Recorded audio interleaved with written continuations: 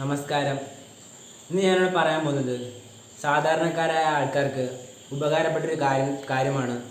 അത് വേറൊന്നുമല്ല, തൊഴിലുറപ്പ് പദ്ധതി അല്ലെങ്കിൽ VBG റാംജി, അതായത് വികസിത് ഭാരത് റാംജി എന്ന് വേണമെങ്കിൽ നമുക്ക് പറയാൻ സാധിക്കും.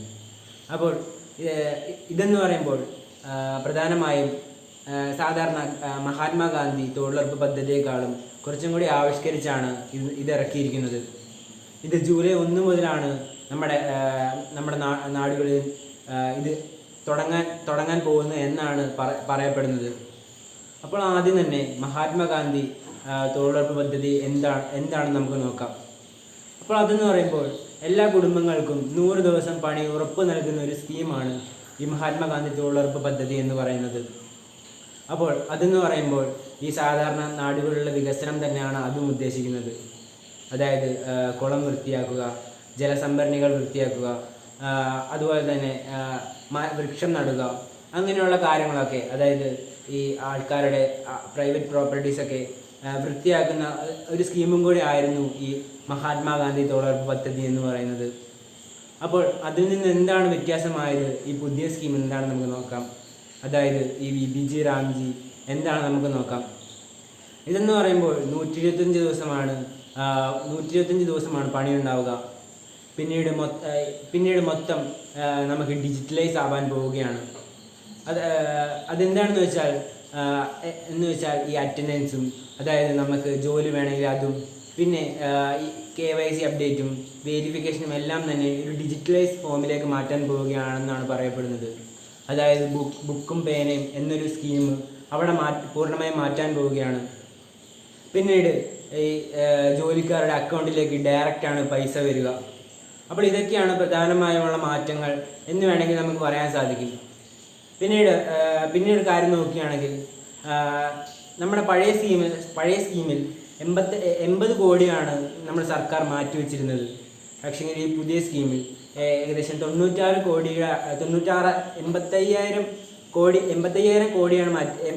കോടിയാണ് മാറ്റിവെച്ചിരുന്നത് പണ്ടത്തെ സ്കീമിൽ.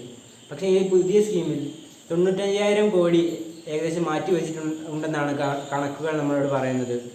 അപ്പോൾ അത്രയധികം നമ്മുടെ സർക്കാർ ഇതിനു വേണ്ടി എല്ലാവരുടെയും വേതനം കൂട്ടി എന്ന് വേണമെങ്കിൽ പറയാൻ സാധിക്കും. അപ്പോൾ സാധാരണക്കാർക്ക് എന്താണ് ഉപകാരം എന്ന് നമ്മൾ നോക്കുകയാണെങ്കിൽ പറയാൻ സാധിക്കും, ഒരു കുടുംബത്തിന് 125 ദിവസം പണി കിട്ടും. അതായത് 25 ദിവസം നമുക്ക് എക്സ്ട്രാ പണിയെടുക്കാൻ സാധിക്കും. അതുകൊണ്ട് എന്താണ് കാര്യം നമുക്ക് ചോദിച്ചാലും അത്രയും ദിവസം നമുക്ക് കൂടുതൽ കിട്ടുകയില്ലേ. അതായത് നമുക്ക് എന്തെങ്കിലും ലോൺ അടയ്ക്കാനുണ്ടെങ്കിൽ അതടയ്ക്കാം, അല്ലെങ്കിൽ നമ്മുടെ കുട്ടികളുടെ വിദ്യാഭ്യാസത്തിന് അങ്ങനെ ചിലവാക്കാം. അങ്ങനെ എന്തൊക്കെയായാലും അതൊരു ലാഭം തന്നെയല്ലേ. പിന്നെ അതിൻ്റെ ഈ പണിയെടുക്കുന്നവരുടെ വേജ് കൂട്ടുക എന്നുള്ളതാണ് അടുത്ത കാര്യം. പിന്നീട് എല്ലാവർക്കും എന്ന് വെച്ചാൽ ജസ്റ്റ് പണി ഓർഡർ ചെയ്താൽ തന്നെ പണി കിട്ടുക എന്നുള്ളതും ഇതിൻ്റെ ഒരു കാര്യം തന്നെയാണ്, പെട്ടെന്ന് തന്നെ പണി കിട്ടുക എന്നുള്ളത്. പിന്നീട് നമ്മൾ നോക്കുകയാണെങ്കിൽ അഥവാ എന്തെങ്കിലും കാരണം പറഞ്ഞ് പണിയില്ലെങ്കിൽ അതിനെന്തെങ്കിലും പൈസ കിട്ടുന്നൊരു സ്കീമും ഇതിനകത്തുണ്ട്. പിന്നീട് പിന്നെ KYC അപ്ഡേറ്റ് ചെയ്തില്ലെങ്കിലും പണി ലഭിക്കും എന്നൊരു ഉറപ്പ് നമ്മുടെ ഗവൺമെൻറ് തന്നിട്ടുണ്ടെന്ന് വേണമെങ്കിൽ നമുക്ക് പറയാൻ സാധിക്കും. അപ്പോൾ എന്തുകൊണ്ടാണ് പണ്ടത്തെ സ്കീം മാറ്റാൻ കാരണം എന്ന് നമ്മൾ നോക്കുകയാണെങ്കിൽ എന്ന് വെച്ചാൽ പണ്ട് 100 ദിവസമാണല്ലോ, അതെന്തുകൊണ്ട് മാറ്റി എന്ന് നമുക്ക് പറയാൻ പറയണമെങ്കിൽ അതായത് ഞാൻ നേരത്തെ പറഞ്ഞ കാരണങ്ങൾ തന്നെ.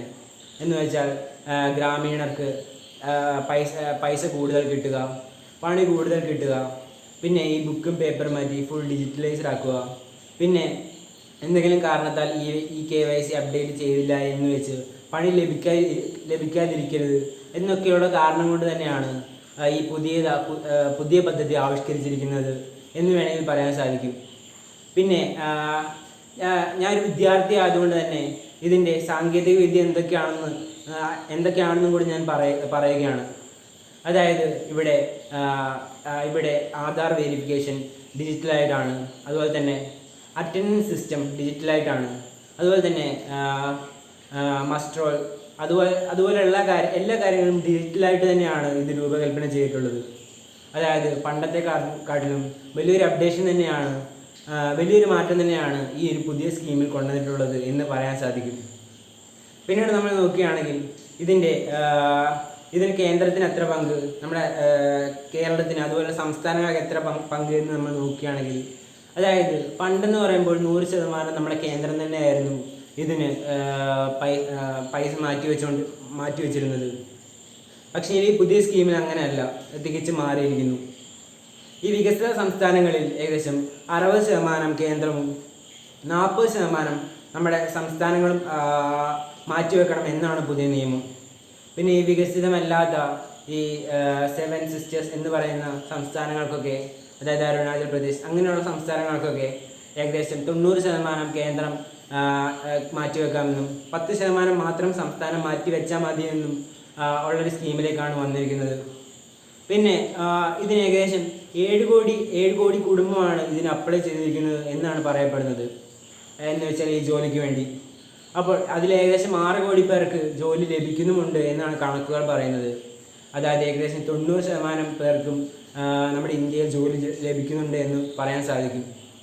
പിന്നീട് നമ്മൾ നോക്കുകയാണെങ്കിൽ എത്ര പേർ 100 പണി കംപ്ലീറ്റ് ആക്കുന്നുണ്ട് എന്നുള്ള കണക്ക് നോക്കുകയാണെങ്കിൽ, അതായത് ഏകദേശം 50% പേർ മാത്രമാണ് 50% പേരും 100 പണി തികയ്ക്കുന്നില്ല എന്നാണ് കണക്കുകൾ പറയുന്നത്. ഏകദേശം 10% പേർ മാത്രമാണ് 100 പണി തികയ്ക്കുന്നുള്ളൂ എന്നാണ് അടുത്ത കണക്കുകൾ പറയുന്നത്. പിന്നീട് ഇത് പ്രധാനമായിട്ടും സ്ത്രീ വികസനത്തിന് വേണ്ടിയാണല്ലോ സ്ത്രീ വികസനത്തിനും കൂടി വേണ്ടിയാണല്ലോ. അതുകൊണ്ടൊക്കെ തന്നെ കണക്കുകൾ പ്രകാരം 58% സ്ത്രീകളാണ് ഇതിലിറങ്ങുന്നത് എന്നാണ് പറയപ്പെടുന്നത്. പിന്നെ കേരളം അതുപോലെയുള്ള മറ്റ് സംസ്ഥാനങ്ങളൊക്കെ അതിൽ കൂടുതലും സ്ത്രീകളാണ് എന്നുള്ളതും നമുക്ക് ആശ്വസിക്കാവുന്നതും നല്ലൊരു കാര്യമായിട്ട് വേണമെങ്കിൽ നമുക്ക് എടുക്കാൻ സാധിക്കും. കാരണം നമ്മളിപ്പോൾ നോക്കുകയാണെങ്കിൽ നമ്മുടെ ഗവൺമെൻറ്, അതായത് കേരള ഗവൺമെൻറ് ഒക്കെ മെയിനായിട്ട് ഉദ്ദേശിക്കുന്നത് സ്ത്രീ വികസനവും സ്ത്രീ ശാക്തീകരണവും ഒക്കെ ആണല്ലോ. അതുകൊണ്ടൊക്കെ തന്നെ ഇത് വളരെ വലിയൊരു കാര്യമായി തന്നെ നമുക്ക് കണക്കാക്കാൻ സാധിക്കും. പിന്നീട് ഇത് ഗ്രാമങ്ങൾക്ക് എങ്ങനെയാണ് ഉപകാരപ്പെടുന്നതെന്ന് നമ്മൾ നോക്കുകയാണെങ്കിൽ നമുക്കറിയാം, ഈ 100 പണി മാറ്റി 125 പണിയാക്കുന്നതുകൊണ്ട് തന്നെ അത്രയും പൈസ സാധാരണക്കാരായ ആളുകൾക്ക് കിട്ടുകയും അവ ഈ സാധാരണക്കാരായ കടയിലോ അതുപോലെ തന്നെ കർഷകരുടെ അടുത്ത് പോയിട്ടോ സാധനം എടുക്കുകയും അങ്ങനെ ആ ഗ്രാമത്തിലൊരു സാമ്പത്തിക ബുദ്ധിമുട്ടില്ലാത്തൊരു അവസ്ഥയിലേക്ക് എത്തുന്ന ഒരു സ്ഥിതി വരും. പിന്നീട് അവരുടെ മക്കളെ പഠിപ്പിക്കാൻ സാധിക്കും. അങ്ങനെയുള്ള കാര്യങ്ങളൊക്കെ നമുക്ക് ഈ സാധാരണക്കാർക്ക് ചെയ്യാൻ സാധിക്കും എന്ന് വേണമെങ്കിൽ പറയാൻ സാധിക്കും. നമ്മുടെ പ്രത്യേകിച്ച് കേരളത്തിൽ നോക്കുകയാണെങ്കിൽ നമുക്കറിയാം, ഏകദേശം കുറേ പേര് തന്നെ നമ്മുടെ കേരളത്തിലും ഇതിനെ ആശ്രയിച്ച് ജീവിക്കുന്നുണ്ട്.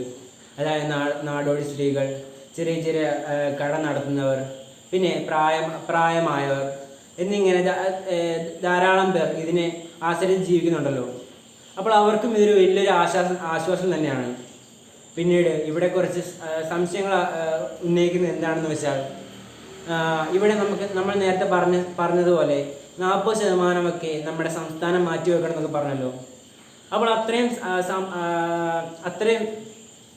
സാമ്പത്തിക സ്ഥിതി ഉണ്ടോ, അത് നമുക്ക് സംസ്ഥാനങ്ങൾക്ക് താങ്ങാൻ കഴിയുമോ എന്നൊക്കെയാണ് അടുത്തൊരു ചോദ്യം ഇവിടെ ഉന്നയിക്കുന്നത്. പിന്നീട് നോക്കുകയാണെങ്കിൽ ഡിജിറ്റലൈസ് ചെയ്യുന്നത് സാധാരണ ഈ ഗ്രാമങ്ങളിൽ താമസിക്കുന്ന സ്ത്രീകൾക്കും അവർക്കൊക്കെ ഈ ഡിജിറ്റലൈസ് ആയതുകൊണ്ട് അവർക്കത് ഉപയോഗിക്കാൻ പറ്റുമോ, അങ്ങനെയുള്ള ചോദ്യങ്ങളൊക്കെയാണ് പിന്നീട് ഉന്നയിക്കുന്നത്. ഇതൊക്കെ മാറ്റാൻ സാധിക്കും എന്ന് തന്നെയാണ് എനിക്ക് പറയാനുള്ളത്. കാരണം എല്ലാ കാര്യങ്ങളും നമ്മൾ പഠിക്കേണ്ടത് തന്നെയല്ലേ. പിന്നീട് ഇനി വരുന്ന വർഷങ്ങളിൽ, അതായത് ഇനിയും ഇതിനെ മാറ്റാനും അതുപോലെ തന്നെ കാര്യങ്ങളൊക്കെ ഡെവലപ്പ് ചെയ്യാനും സാധ്യതയുണ്ട്. എന്ന് വെച്ചാൽ ഫുള്ളി AI ഓട്ടോമേഷനും, പിന്നെ മൊത്തത്തിൽ ഡ്രോൺ വെച്ച് മൊത്തം നിരീക്ഷിക്കുകയും പിന്നീട് സാറ്റലൈറ്റ് വെച്ച് നിരീക്ഷിക്കുക, അങ്ങനെയുള്ള കാര്യങ്ങളൊക്കെ വരാൻ ചാൻസ് ഉണ്ട് ഇതിന് ഫ്യൂച്ചറിൽ. അപ്പോൾ ഇത്രയൊക്കെയാണ് എനിക്ക് ഇതിനെപ്പറ്റി പറയാനുള്ളത് എന്ന് പറഞ്ഞുകൊണ്ട് ഞാൻ പ്രസംഗം നിർത്തുന്നു. നന്ദി.